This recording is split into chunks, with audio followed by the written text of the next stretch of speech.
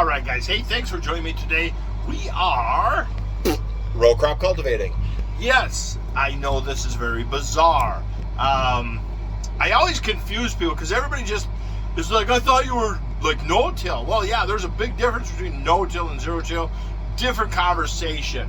How this happened is because we actually caught some rain. The beans started to take off, and so did the weeds. Our herbicides failed because of the drought. And so I called the chemical guy, and I'm like, God, I got to do another pass of chemicals. Like, Jesus Christ, when does it end?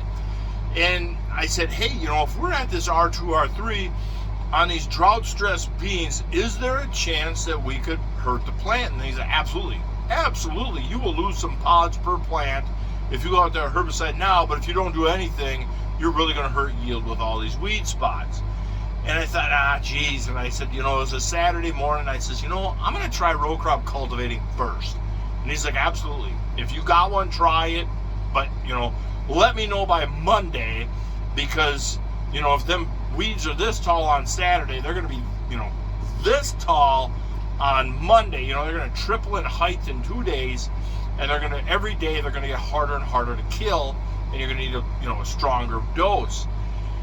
And I said, okay. So I brought out the old John Deere 825 5-time Danish, piece of crap. I got it out of the weeds. I used to cultivate a lot with that thing. Cultivated hundreds and hundreds and hundreds and thousands of acres underneath that thing.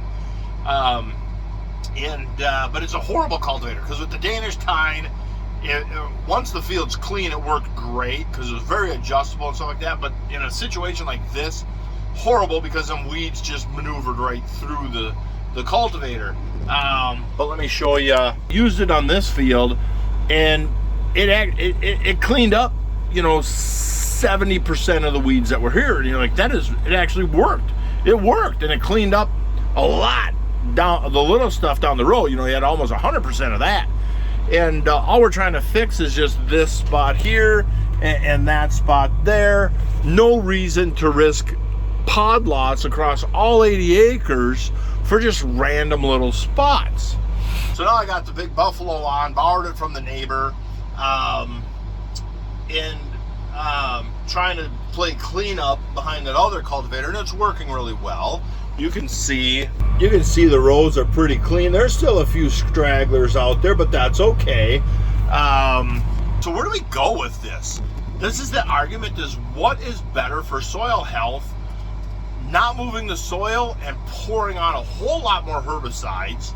Every year it seems like the beans are getting tougher and tougher to keep clean.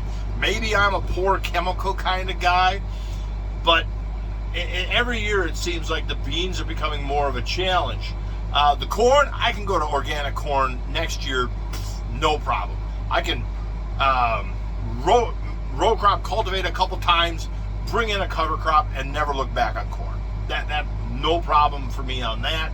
Or on corn, just do a tiny burn down ahead of time, a little 2,4-D in Callisto, and do a burn down ahead of corn, and then get that corn, and then bring in a quick cleanup with the cultivator or the row or cover crops right away. Corn, not a problem in corn. Beans, we're on highly erodible soil. So if I went back to just full-time row crop cultivating, I would have major washouts. Beans, I think between some chemical, the most cover crops I can figure out how to use, and a little bit of cultivating, I can greatly reduce the amount of herbicides that I have to buy each year. And I will say there has to be a slight advantage. The evils of tillage, well, one of them things is a CO2 release, but stirring in that residue, there has to be some value there to get it to break down for this year's crop. So we got the evils of tillage, but at the same time, you're only tilling that deep. I can live with tilling this deep.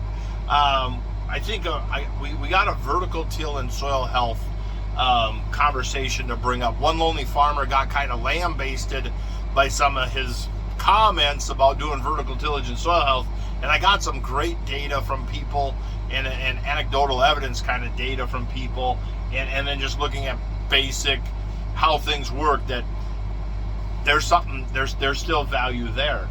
But on the bean side, these weeds are getting tougher all the time, and every year we got to spend a little more money on these herbicides. And then what happens in a few years or some odd years when another regulation comes down or anything like that. So I'm just trying to stay ahead of the regulation curve, and I'm also just trying to do the best I can for the soil. And if that means I have to stir it up a little bit to reduce a lot of herbicide, I think that's where we're going to go. Bring cover crops behind it. They're going to bring soil life and soil health, keep that moving forward. Yeah, that's a weird conversation to have. I'm not sure, but I'm pretty convinced I can build a lot better soil if we look at the organic guys that are bringing in cover crops and different crop rotations and things like that. So it's not just corn bean. We look at what they got going on, and they might have some aggressive tillage practices, but if you look at their soil, there's actually some structure there where we can look at a no-till guy that just pours on the commercial fertilizers and chemicals, and there's not a whole lot of soil structure, there's not a whole lot of soil life or activity, and so I've been on farms of both extremes, and so I'm just trying to pick up what I've learned and how to adapt it to my farm to keep moving forward. And so, I don't know, let's get cultivating.